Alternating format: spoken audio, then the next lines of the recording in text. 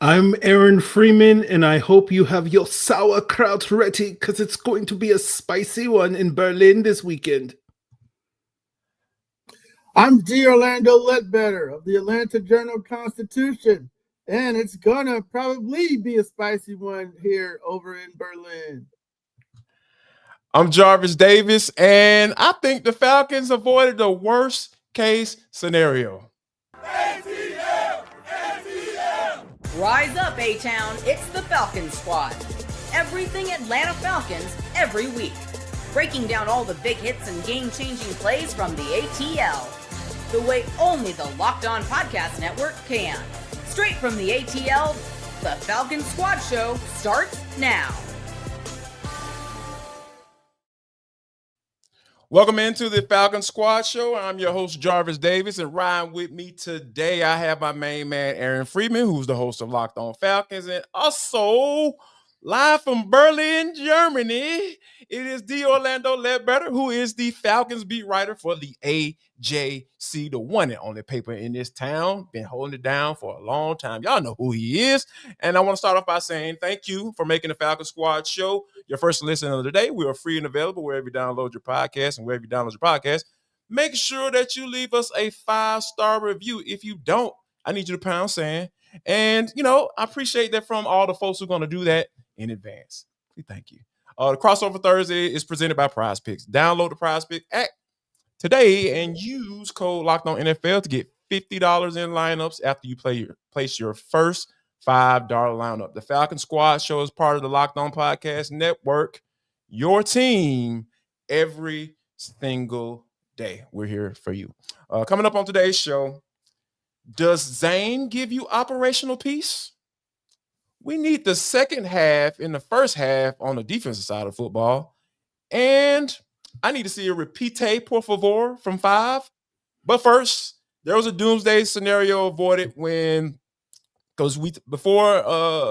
the loss to the New England Patriots, we discussed the injuries that the Falcons were dealing with at both guard positions. And I think that, that was one thing that I said that offensively they just can't afford to miss out on the guys. And Raheem Morris stated that Matthew Bergeron is week to week, which translates to he's not going to play this week. And then Chris Lindstrom is listed as day-to-days, which is another raw translation that, hey, he might have a chance to be out there. So if, when you look at the Falcons being without Bergeron and Lindstrom, that's the worst case scenario, and I think the Falcons avoided it. So D, with Chris Lindstrom having an opportunity to play this week, how important was that to get a guy, at least one of those guys, back into the fold as they're going across the pond?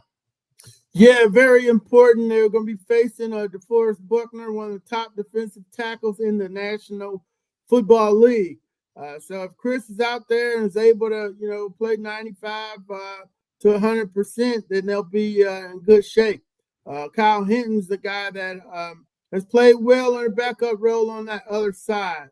Some people thought they should have put him in at left guard and moved Bergeron out to tackle when McGarry got hurt. That's how highly Hinton is thought of. So they didn't do that, but it was certainly under consideration. So, yeah, as far as the backup plan, those 3 in your interior, better be ready to play against the Colts' strong interior.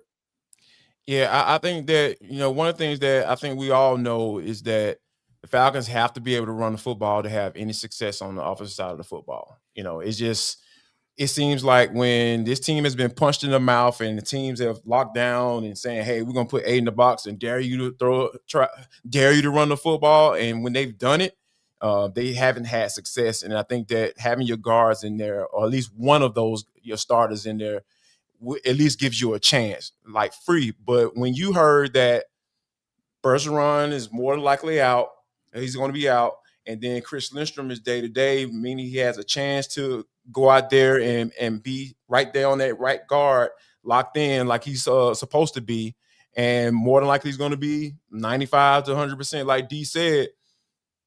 What were your thoughts when you heard that, and how do you feel like that offense can do what they need to do in order to win this football game? Well, I think it's a mixed bag. I think having Lindstrom back is huge. We know that he, I've said it before on Locked On Falcons. I think he's the best outside zone blocking offensive lineman, period, in the NFL. And it's been a main reason why that has been the Falcons' bread and butter as a rushing team. So, piggybacking on the point that you made earlier, Jarvis, where like if this team is going to find success running the football, they're going to need someone like Chris Lindstrom out there this particular Sunday. The challenge in this specific matchup is, as far as I know, DeForest Buckner typically lines up opposite. He lines up more often against the left guard than he does the right guard. And so you're going to have arguably the Colts' best defensive lineman going up against the Falcons' probably biggest weakness, depending on where you think Elijah Wilkinson in the right tackle position stacks in the hierarchy. So that not having Bergeron, should he not play, and as you said, Jarvis, it doesn't sound like he's trending in that right direction. Hopefully we'll get some good news later this week. But that's, I think, going to be a challenge. So it's like you have a good thing in Lindstrom healthy enough, hopefully, to play, and then you have a kind of a bad thing in Bergeron not being there, because it kind of balances it out. So it's better than both of those guys being out, because if both of those guys were like, who's stepping in at right guard with Storm Norton potentially down in the lineup, there was possibility, okay, maybe you can kick Wilkinson inside and then have Norton step in at right tackle. But with Norton having a setback with his injury and Wilkinson likely to stay at right tackle, going with Javon Gwynn as your option, or Andrew Stuber, who the Falcons just picked up this week, was not a good strategy or likely to work out in their favor. So there is some positivity here, but obviously Bergeron being healthy and playing, having both of those guards out there would be better than what they are. But, you could do a lot worse than the current situation at guard. Yeah, I think the key indicator for me earlier in the week when they signed Andrew Stuber to the active roster, I was like, oh, yeah, there we go. Somebody's not going to play, when you think about it from that aspect. I think that was one of those key indicators on top of, my raw translations. I've seen, I'm getting better at it for you, because I know, when Ross started talking and putting that salad together, man, it can get a little confusing sometimes. With the expert, we should ask D. What's up with your raw translation, D? Like, what do you see? I'm good. I go all the way back to 2009 when he was the coach in Tampa. So we used to talk to the coach once a week, talk to him offline and online, so I could kind of know where it's going. But first you have to learn New Jersey lingo first, which we did under Dan Quinn, and then then you get the William and Mary translations from Tomlin. So I kind of, that's why I kind of don't even ask some questions sometimes, because I like, okay, I know where that's gonna go. But sometimes, I gotta just go ahead and go direct. Like, come on, Rod, just give us an answer. We're not on the debate team right now. Right. I asked, was it black or white? Not gray. So stay with me here. We're just talking about one thing. And so you just gotta be real direct in your questions. Don't give him a way out, because he'll wind down the road, and then at the end, though, he does usually answer the question. So I like to think. I like to think there's rise a traffic circle. Like, you don't know where to get off sometimes, and he don't know where to get off when it comes to his answer sometimes, because you're like, oh yeah, is it black or white? Well, we got to fix gray. I was like, wait a minute, how did we get here? We got to fix gray. I don't know. Yeah, but anyway, we know this Falcons offense has struggled to get off the good starts when they're on the road. And as a matter of fact, according to team rankings, how about this stat, y'all? The Falcons are averaging 6.5 points in the first half of games on the road, which is near the bottom of the league. Aaron, how do they fix this? Well, these are the tough questions, Jarvis, you're asking. I'm trying to be direct like D-Led, you know what I'm saying? I'm trying to be like direct like my boy said. Yeah, I think it's twofold. I think they got to be able to run the football. That is their bread and butter. That is their foundation offensively. We haven't really seen them have as much success in some of their recent road starts, like against New England. They weren't really even trying to run the football. And, it's going to be a challenge going up against Jonathan Taylor, but you kind of need, unlike that 49ers game where Christian McCaffrey was the better running back between him and Bijan Robinson, you kind of need Bijan to be the better running back between him and Jonathan Taylor in this game. If that's the case, then I think that will help get this offense going early in the game. And then, of course, you have the issues with Michael Penix where he has been outstanding at home from a statistical standpoint and been less than outstanding on the road. And that's a typical struggle that you have with young quarterbacks. Matt Ryan went through the same thing in his first couple of road starts were really struggle fests and whatnot. And I felt like Penix probably had his best game on the road, certainly this year, and arguably even better than what he was in that Washington game from last year when that was a road game. And so hopefully that's a sign of progress that the slow starts on the road may be behind him, and you'll see similar to what we saw with Matt Ryan about midway through his rookie season, where you started to get better performances on the road, and that was a contributing factor to that team, finishing that season strong. So I think you just kind of have to have your quarterback playing well. You got to have your running back playing well. And unfortunately, one individual person may be primarily responsible for that, and that's the offensive coordinator, Zach Robinson. And it's been very up and down with Zach Robinson so far this season, and so it's hard to put trust in like, oh, it's definitely going to work, because every time it seems like the Falcons take a step forward, it seems like the following week they take 2 steps back. So they need to continue that progress, and if they can, I think that will help them be much better on the road than what we've seen so far this year. Yeah, that's the thing, and we will talk about Zach Robinson. Yeah, just wait. We're gonna get into Zach a little bit. I definitely want to get D's thoughts on that. I'm coming up in a little bit, but I think that just the averaging less than a touchdown in the first half of games, obviously there is some disconnect when they're on the road, right? Like, there's almost like a 5 to 6 point differential when it comes to being at home. So when you think about it from that aspect, D, like, what is it that makes this offense just don't know how to start games when they're on the road? Yeah, I think it is, a matter of preparation. If you practice what you're going to do going into the games, everybody's ready. They know the plan. You attack it and you score on your first drive. A lot of the old school coordinators, starting from off of the Bill Walsh's tree, they scripted their first 15 plays. And they did that because they got to practice that script all week long. By the time you got to the game, everybody knew, and it was their best plays. It wasn't like, okay, I'm going to go attack over here, or I'm running outside zone over here 4 times. No, you attack the field in that first team scripted plays, then you adjust to how the defense is going to deal with your best stuff.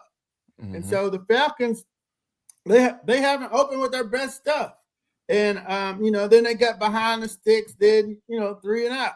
So, Zach doesn't script.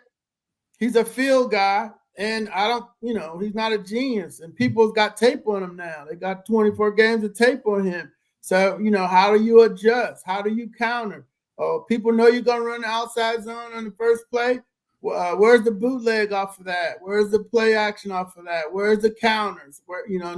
I haven't seen the counters. So, people complain about the What's that, D? Yeah. What's that? What's a counter? You're okay, bread and butter. If you want to get in the eye and power that people, then, you better move some people off the ball. And quite frankly, in the last 3 games, they haven't been able to pull the people off the ball. And, I understood what was going on last week. That was the number 2 rush defense in the league. No need to bang your head against the wall. Go ahead and throw it to Drake 20 times, which they did. It almost worked. So I don't really get into play calling, but I get into preparation. And if your offense is prepared to come out smoking, them 15 scripted plays should be at least 1 touchdown, maybe the start of 2, and maybe 3 or 4 if you hop. So he needs to do some traditional preparation and planning and attack the defense. Don't let them tell you what you're going to do. you need to attack the defense and with your best plays. So, if you got Bijan, he's going to be involved in those plays. You got Drake, he's going to be involved in those plays. You got Kyle Pitts to the lesser degree. You don't have anything else right now. Darnell Mooney hasn't worked. It hasn't worked out so far. You don't have Casey Washington or the David Seals guy. I didn't know what the fuss was about him in training camp, but that's what's all I got Bijan. I got Drake London, and I'm mixing a little Kyle Pitts. And then after that, whatever else happens. Yeah, it's definitely going to be interesting to see how he try to get off to a better start, because you can't give your defense less than 7 points on the road when you're trying to dictate what you want to do to a defense, right? I think that was one of the big if I can say something that stood out to me, D, I think that's the biggest key for this team, because at the end of the day, now they won't necessarily be facing a home crowd, so to speak. Coastal are the home team in this particular game, but they're going to be overseas, so you might be able to get a little leeway there. But just this offense has to do better in the first half of games. I think that's the bottom line for sure. But coming up next, D said that they just fed Drake London the rock, and it was a 9-to-5 connection. Is that going to work? We will discuss.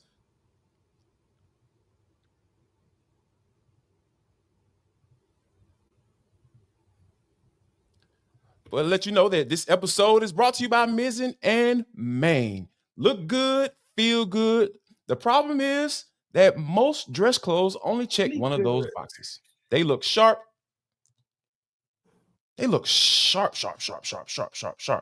And so it's effortless to look sharp and feel comfortable. They actually invented the performance fabric dress shirt over 10 years ago, and they perfected it ever since. If you ever worn a Mizzen and Main, talk about what it is and how it feels. I'm telling you, it feels so good. It's stretchy, moisture wicking, wrinkle resistant, and machine washable. No iron and no dry clean. That is right up my alley. So here's what I want you to do. Right now, Mizzen and Main is offering our listeners 20% off your first purchase and at mizzenandmain.com with promo code LOCKEDONNFL20. That's Mizzen, spelled Mizzen, and Main, MAIN.com. Promo code LOCKEDONNFL20 for 20% off. And if you rather shop in person, you can find Mizzen and Main in stores in select states.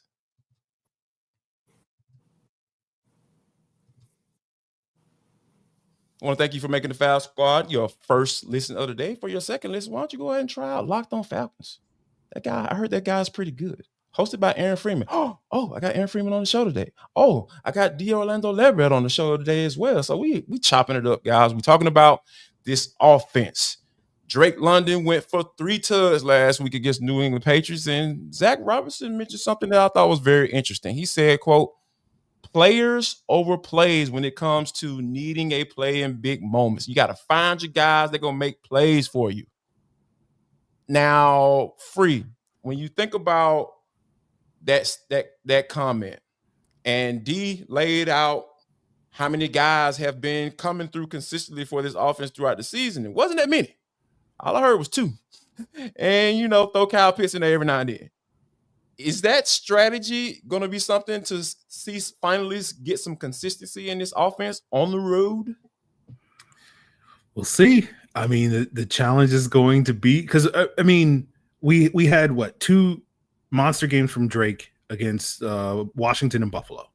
Then the Falcons went on the road against San Francisco, and it was a quiet week for Drake London, and that was a big factor in why the offense wasn't really clicking in that week. Now, that was a big game for Kyle Pitts, but he was kind of the only guy. And, Kyle Pitts has been playing well this year, but I think as D and yourself have suggested, if he's your main option, that's probably not going to be healthy for your offense, right? If he's the third option, that's fine, right?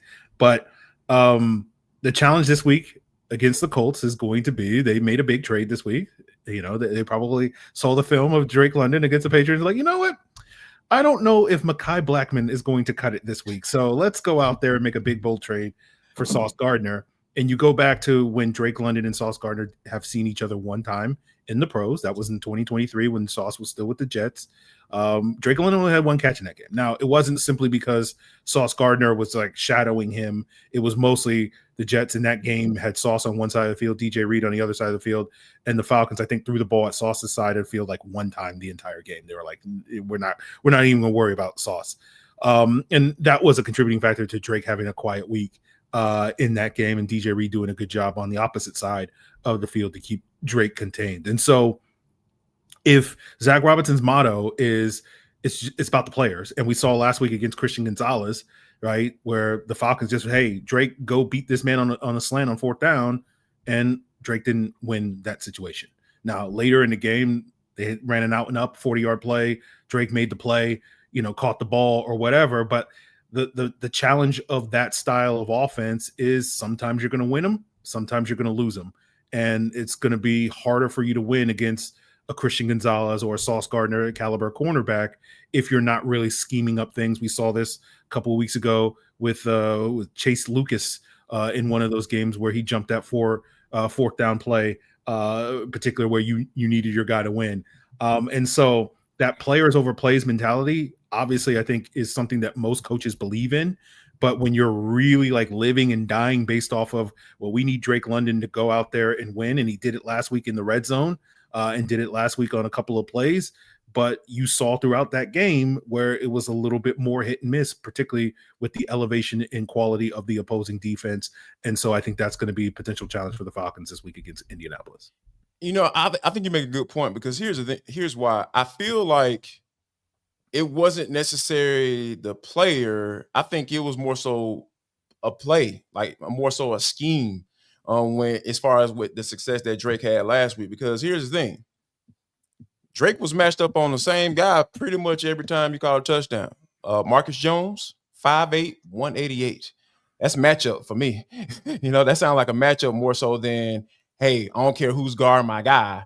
I'm going to try to, I'm throw him the rock. And like you said, there were certain moments where, Drake was lined up against Christian Gonzalez and it did not work. And there was one. He had the big catch, the big Moss catch over Christian Gonzalez, and Christian Gonzalez ended up getting hurt. And then, Drake continued to feast out there against the Patriots. So I understand the whole players over plays. I get it. Find your guys, but find the matchup too.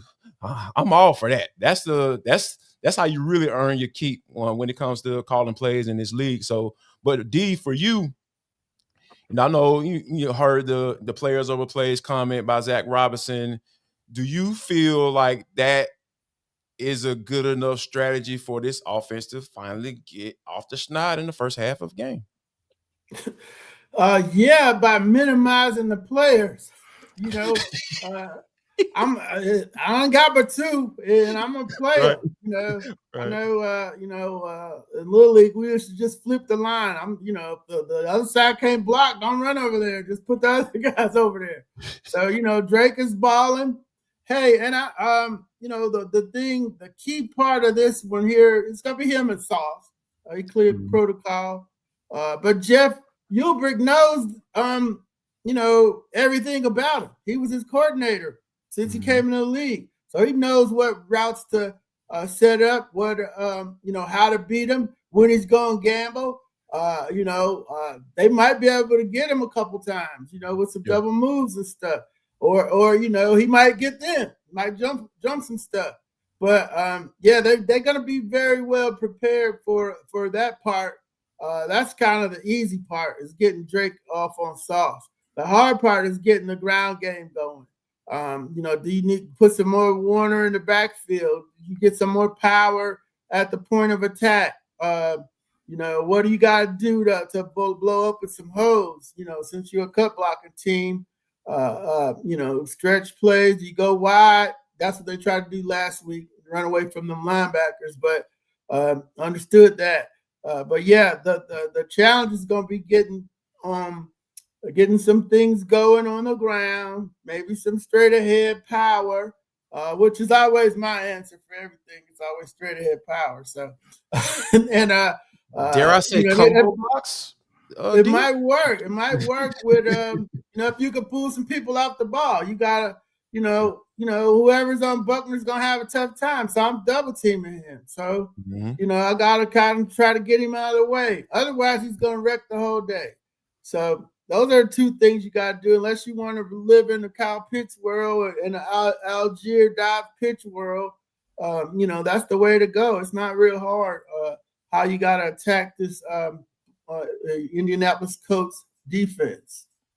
Yeah, I found it interesting last week that Charlie Warner, mentioned him, kind of got X'd out of the whole game plan a little bit, last week against the Patriots. You had more a two-back situation with Tyler Algier and Bijan Robinson, and you had him flexed out, and you kind of throwing some different looks at the defense. I'll be interested to see what Zach goes into his bag of tricks.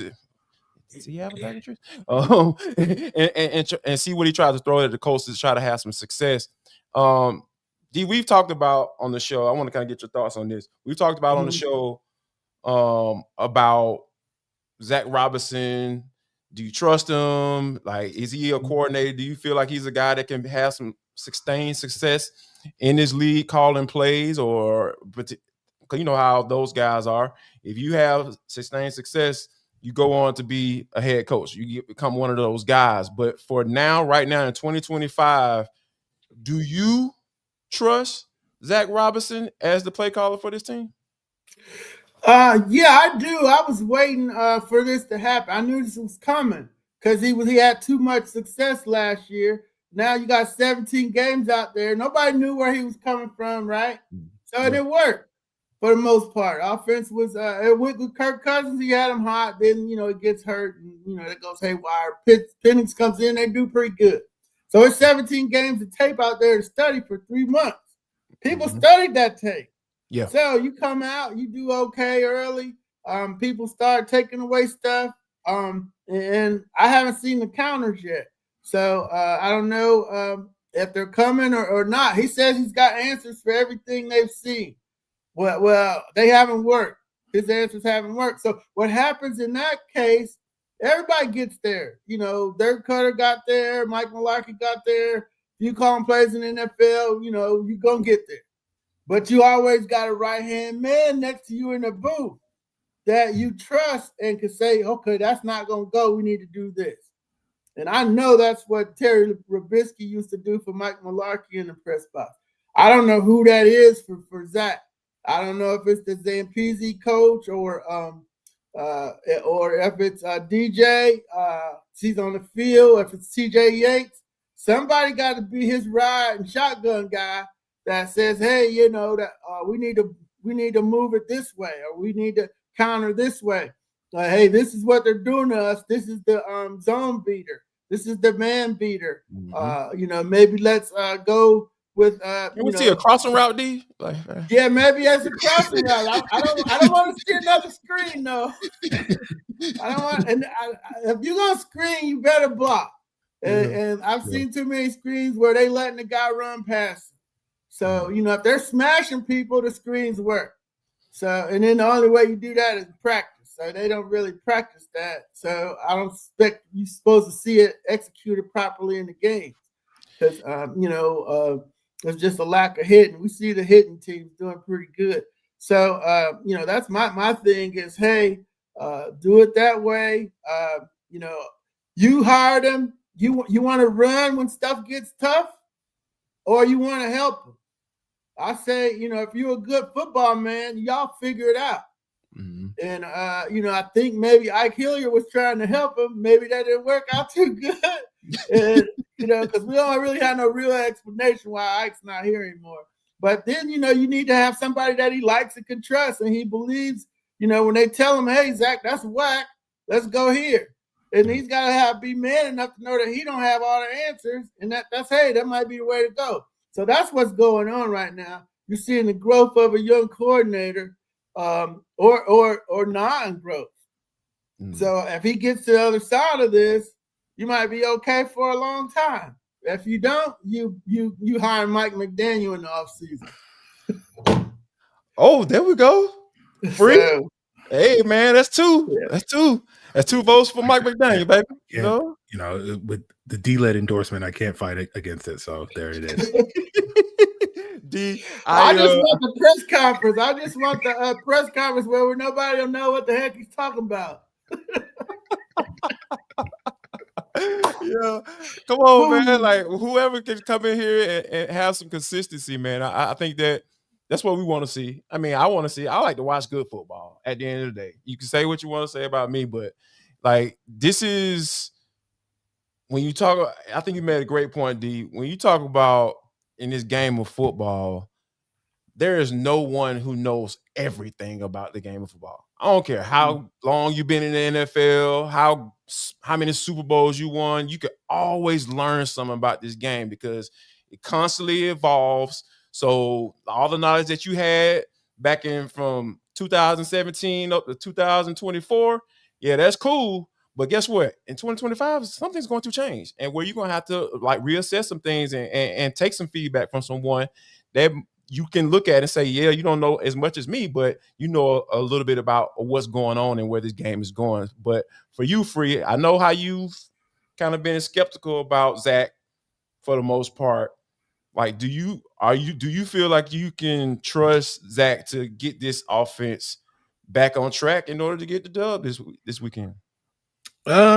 Trust is a strong word, Jarvis. No, I don't. I don't trust anything. That's why I framed it that way. The Atlanta Falcons. There's zero trust when it comes to the Atlanta Falcons with me. But you know, I think the big challenge for Zach Robinson is the lack of cohesion in the offense, where it feels like, and I can't remember who. No flow seems like. Yeah, someone said this. I can't remember who it was, but it feels like the offense is kind of siloed, where it's like, here's what we do when we want to run the football. Here's what we want to do when we want to throw the football. And a lot has been made about the different motions that they have. We talk all the time about the lack of play action. And when you're trying to marry your run game to make it look like your passing game, and you have that potential natural flow where you can have, you know, an 80-page playbook or whatever, and 25 of those pages are devoted to Bijan Robinson and 25 of those pages are devoted to Drake London.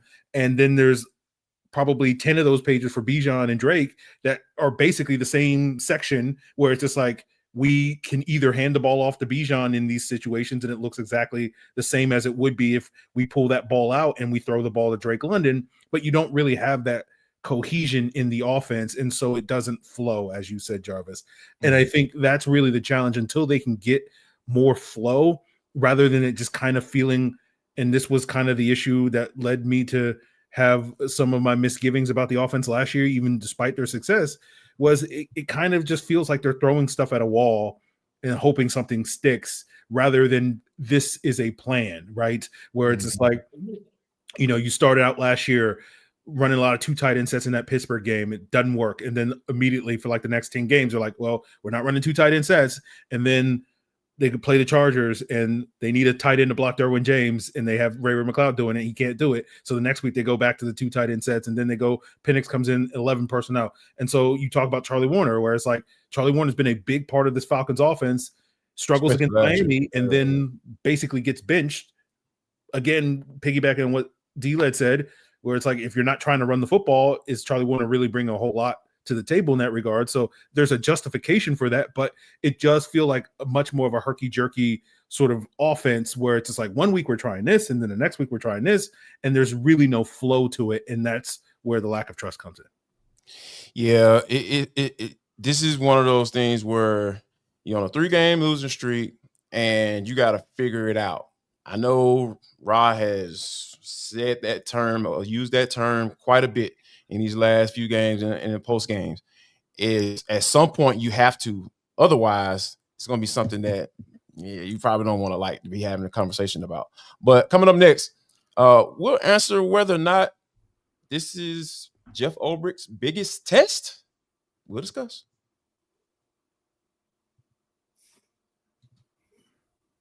This episode of the Falcons Squad Show is brought to you by Game Time. The NFL season is back, baby. And honestly, there's nothing better to be in than the stadium surrounded by fans cheering on your team. But let's be honest, getting tickets can be a hassle. Between queues, login screens, and prices jumping at checkout, man, this stuff can get uber frustrating. That's why I use Game Time. I'm talking about I wait till the last minute too. So as soon as those prices go down, because I like to save a little dollars here and there, I hit that doggone button, man, and I do my thing and get those tickets. So you always get 100% authentic tickets delivered on time at the best price. I can guarantee you that. Plus, all fees are included, so there's no surprises at the end of the day. So I told you, I pulled up the Game Time app, and in just a couple taps, I saw amazing deals. I'm talking about your favorite Falcons games as low as $100, man. So what are you waiting on? Download the Game Time app today, create an account, and use code LOCKEDONNFL for $20 off your first purchase. Terms apply. Again, that's promo code LOCKEDONNFL for $20 off. Go ahead and download that Game Time app today. Swipe, tap, ticket, go. Download Game Time today.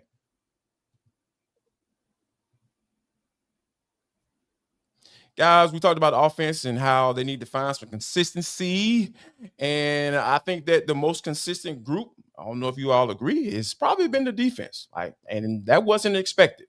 Like the offense, Free, you mess with me all the time about my number for this offense as far as how many points they need to be scoring in order to hold up the defense until they get things figured out. And it's been the exact opposite. D, I've been saying for some time, I really like what Jeff Ulbrich has been doing with this defense. He's been figuring it out. When they've gotten punched in the mouth, he's adjusted. Zach Robinson, not so much. But with them going up against the Indianapolis Colts this week, they're the number one scoring offense in the league at scoring 32 points a game. Coupled with Daniel Jones making Brian Daboll look like a bad coach, I can probably agree with that statement. How can this defense build off the performance they had last week, D? Specifically in the second half of the game against the New England Patriots? Yeah, the big challenge, of course, is Jonathan Taylor. But so that's easy. But what do you do with Josh Downs? What do you do with Pittman? Can D. Alford handle Josh Downs? Can Billy Bowman come back and help you out? Yes. Yeah. Yes. Mike Jones on Pittman. So that's all well and good, but then Daniel Jones got to be accurate too to take advantage of that, which we know that's not really his thing. Mm-hmm. He's really into that type of stuff. He's coming off of 3 interceptions against the Steelers, but hey, if you were ganging up on Jonathan, even Daniel Jones might be able to find the window. It ain't gonna be that tight if you're ganging up on Taylor. He got to be able to hit them windows, and of course he can run it. So that you got to be ready for that, which they've done a good job of. Going all the way back to Josh Allen.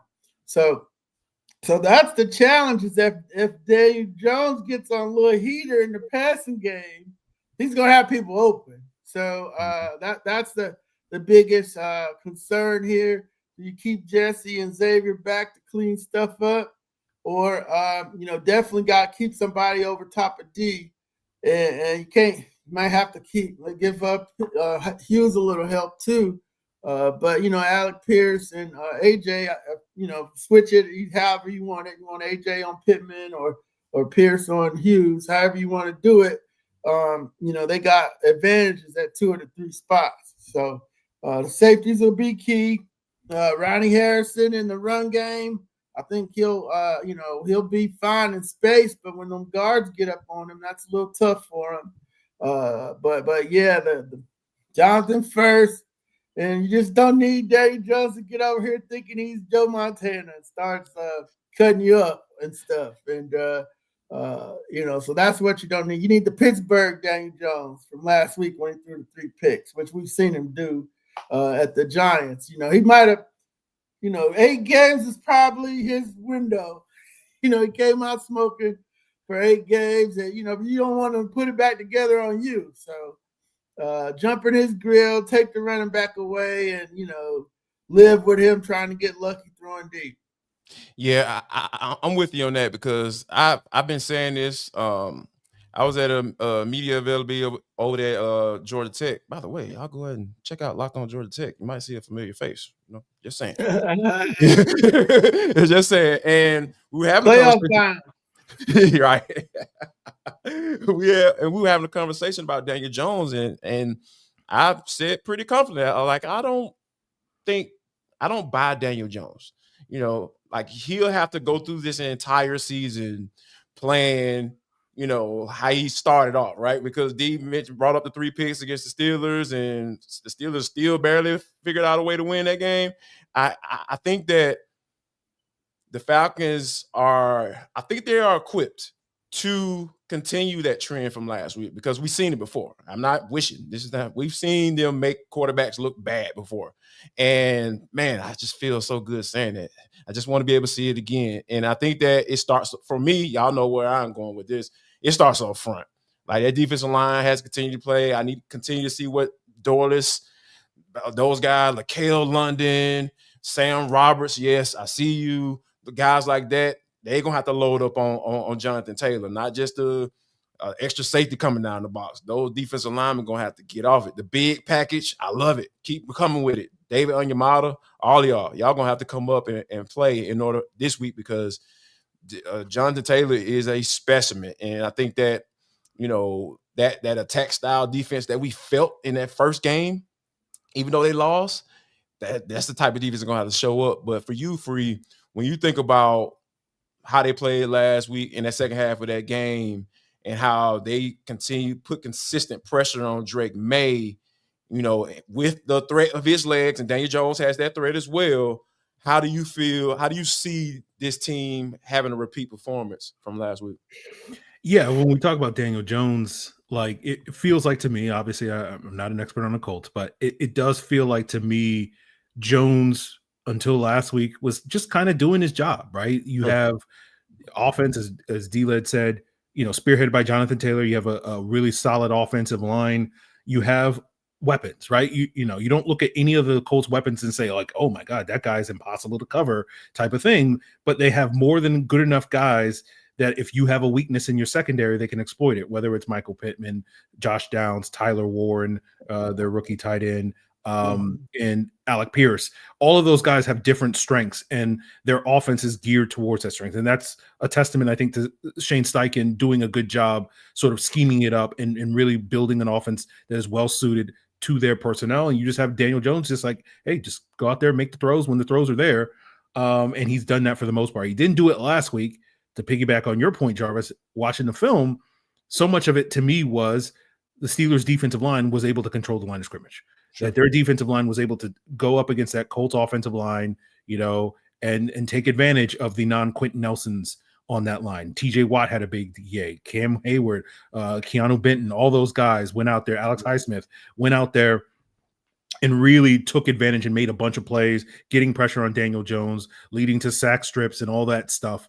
And right now we haven't seen that type of performance, what you're talking about, since like the first 2 games from this Falcons defensive line, whether we're talking about stopping the run or really, really getting after the quarterback. We've seen glimpses of it. Jalen Walker had a great week last week against the Patriots, and he was kind of the one guy that was out there being that dominant, disruptive presence up front. But you're going to need more than just Jalen Walker to go out there and do the job if the Falcons are not only going to be able to stop Jonathan Taylor, as well as be able to get pressure on Daniel Jones to disrupt the timing of that offense like the Steelers were able to do. And so I think that you're right. It's going to be a big challenge for this defensive line. Hopefully we will see them get back to what they looked like at the beginning of the year when they really took advantage of some of the weaknesses on that Bucs offensive line and Vikings offensive line to really control the line of scrimmage. We haven't seen that level of dominance. We've seen flashes of it from this player here or that player there, but you haven't had that cohesive unit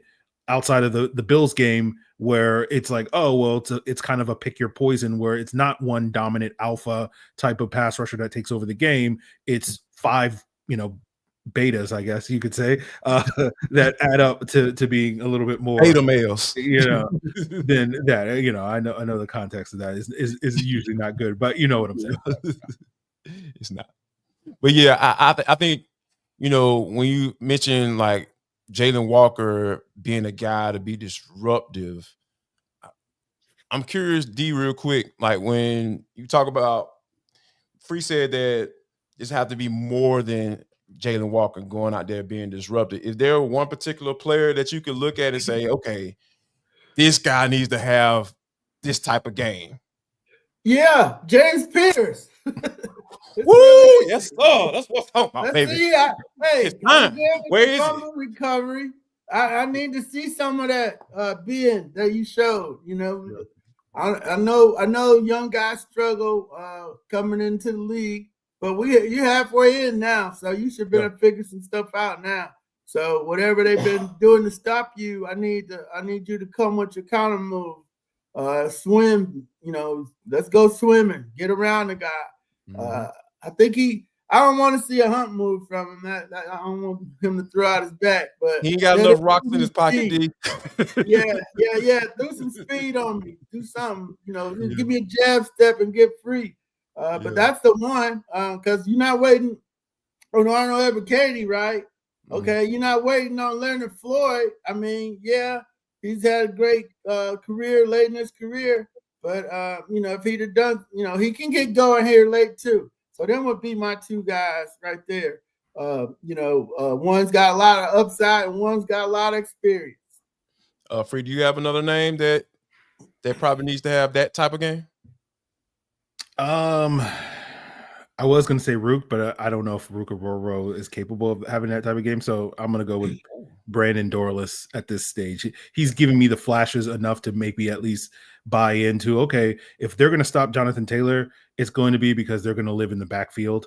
And Dorless has been a guy that we've seen flashes of that. And rather than getting 2 of those plays, I'm going to need like 20, from Brandon Dorless. So I don't know if that he's going to get that many, but I need that number. We need that number to get higher than 2, TFLs or whatever this week if they're going to have any chance of slowing down Jonathan Taylor. Yeah, I think I said going into that New England matchup that the young pups got to continue to shine. I think Dorless, I'm with you on that. Shoot, I need the old man to get right too. D.O., keep coming. I need to see that. And Rook, man, Free don't believe in you, but shoot, I'm not saying I believe in you, but I need to see some. I need to see some more. I need to see more from Rook. Rook has to continue to play. Like you have to play better. I'm sorry. Like you can't just flash every other game. Like you got to come on, man. You got to bring it. Dorless has come around. He's doing what he needs to do, and you need to come right along with him. So yeah, I think those young pups up front are going to be key to this game. And stopping this high-powered offense, because these guys are putting up points, and they're gonna continue to do that if that defensive line doesn't get after it. But coming up next, have you found operational peace? No. This episode on the Falcons Squad Show. Yes, no, they have not. I can answer that as well. It's brought to you by Prize Picks. You and I make decisions every day, but on Prize Picks, being right can get you paid. And you know what? When you getting paid is such an excellent thing. So don't miss out on any of the excitement of this sports season. Whether you're following the NFL, NBA, or both, there's no better time to jump in on the action. If you haven't tried it yet, Prize Pick is the simplest way to pay. Just pick more or less on at least 2 player stats, and if you get them right, you win.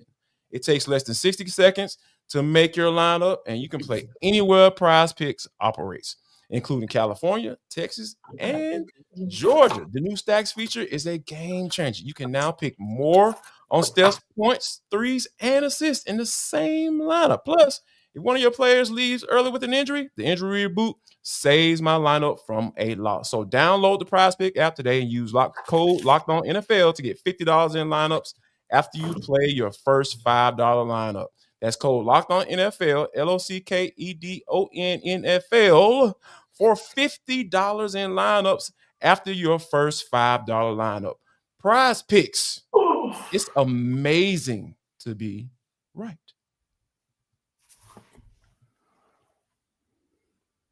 All right, wrapping things up here on the Falcons Squad Show. Guys, the Falcons did not get rid of Parker Romo when I wanted them to. 11:59 on Sunday, D. I was calling for it. I was wanting them to get rid of him. It was time. He had to go. But they got rid of him, on his day off. He got fired on his day off. You know what I'm saying? Yeah. Like, he relived the Friday movie, you know what I mean? So, but now the Falcons have Zane Gonzalez. And I thought it was very interesting because, Ra, he has his sayings, and they always stand out to me. He said, in reference to Zane Gonzalez being signed, trying to find that operational piece. So, Free, do you have operational peace with Zane Gonzalez as the kicker for this team? No.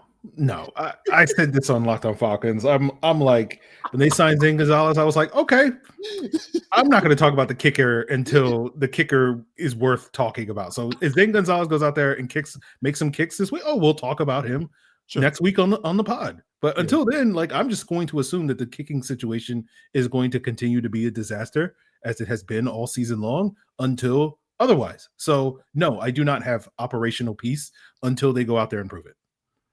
Yeah, I think this is one of those games, and you know how things go with the Falcons. He probably is going to be do the Atlanta. He's going to probably Atlanta over this overseas and go 4 for 4 and get everybody all excited. Oh yeah, we finally got the kicker. And then next week you're gonna figure out a way to miss 2. You know what I'm saying? So yeah, I don't put any type of stock in bringing kickers off the street, man, and trusting them and saying, yeah, I'm at peace now.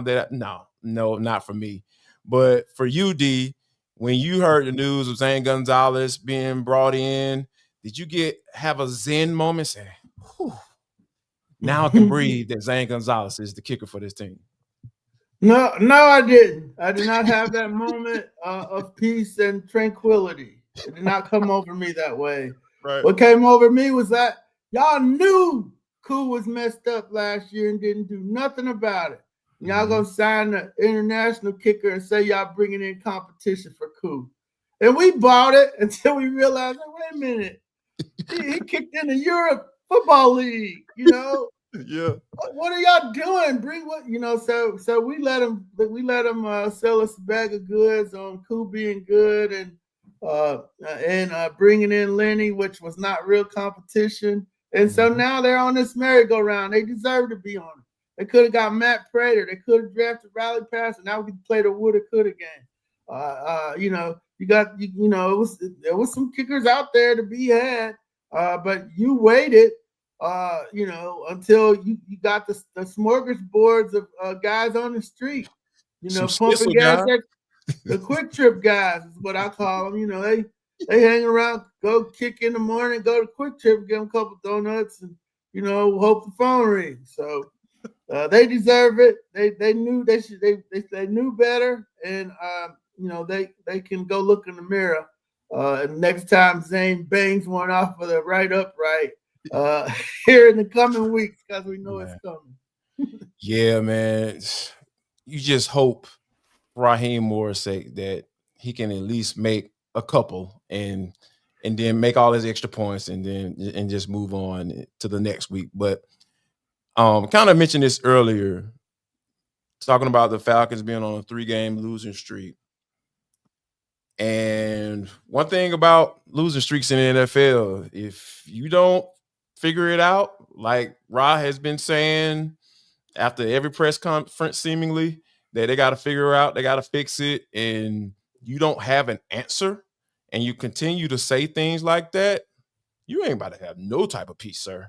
But Free, when you think about where this team is, what the situation is, where the general manager's status is, when we were having conversations about him being on the hot seat this year before the draft, after the season last year, do you feel like a 4-game losing streak will start to spark some conversations up top out in Flowery Branch if that were to happen? I think there'll be a conversation. I don't see Arthur Blank pulling the trigger on making that move. Although, again, it's the Falcons, and you can never say never because they get the brakes beat off of them by the Indianapolis Colts. there's going to be a loud call to leave one person behind on the team plane in Berlin this week. And so we will see on that front. But I think you want to see this team, if they lose another game, the calls for Raheem to get fired are going to be loud outside of that building, as they have been every single week, whether you're on the radio or on Twitter or wherever you go to get your Falcons takes and whatnot. It's just a question of whether or not you're going to have calls from inside the house, so to speak, for him to move. I don't think that's going to be the case after this game, but we'll be a step closer to that. I've talked about it on Locked On Falcons, where it felt like, to me, the conversation about moving on from Raheem Morris would only really get addressed if they were to lose like 6 games in a row. But if you lose 4, you're 2 games closer to that conversation. And then if you lose this game to the Colts, and then you come back home where you need to win against Carolina to redeem that early season loss. And if you get blasted by the Panthers again, at that point, we might not even make it to 6 games. So we are getting closer to that point. I don't think we'll get there with the Falcons going up against a 7-2 Colts team. I don't think the expectation is you have to win this game or else, but they have 3 very winnable games after this game. And we might get to that point where there may be ultimatums coming from the upper management. The billionaire is not happy watching these games on his yacht and wants to throw somebody overboard. And it's definitely not going to be him. It's going to be the head coach, but we'll see. All right, D, you've been around this team for a very long time, so you got a really good idea of how Arthur Blank kind of operates. Where do you see Arthur Blank and how he looks at this team if they were to lose another game in a row, and if it's a bad loss, like Free mentioned? Yeah, I addressed that in the Dirty Bird dispatch today. For our hopefully our folks are getting our dispatch, our newsletter every Thursday. This wasn't the 78 Steelers that they gave Raheem. This is a young team. This is a young team where a couple of some veteran offensive linemen. You got to rebuild the defense. You got some draft picks on offense that have potential. So he's putting together a team, putting together a team that, Arthur Smith and Terry started building, and now you got new people running it. So the owner's inclination is going to be that, hey, what do y'all need to get going here? What do y'all need to fix some stuff?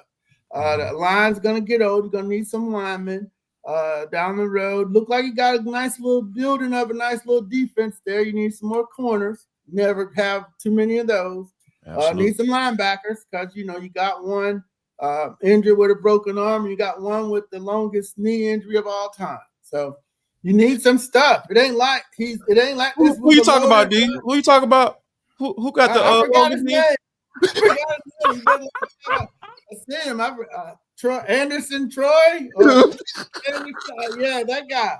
So, you need some players. It's not like this is the 78 Steelers and people around town are acting like Raheem messed up the dynasty. It was lost 7 straight years. He's trying to win. So I'm inclined to give him what he needs to win as opposed to throwing him overboard because he didn't fix all the mess that was already there. So, and you hired him because of his background, been taught by Tony Dungy, Mike Shanahan, Sean McVay, Herm Edwards. So whatever's happening out there, he knows what it is. People want to play like he's not intelligent enough football coach. The man went to Hofstra. Stop it, people. The guy's smart. He's sharp. I don't like the word salads either. I don't like the they don't hit in practice. I don't like that they don't tackle. I got problems too, but you don't throw the guy overboard 1.5 seasons in because you got some more work to do. And so that's just my take on prematurely talking about firing a coach that you just got and would love to have somebody with his head coaching experience in most situations. Now I need to see him get going now.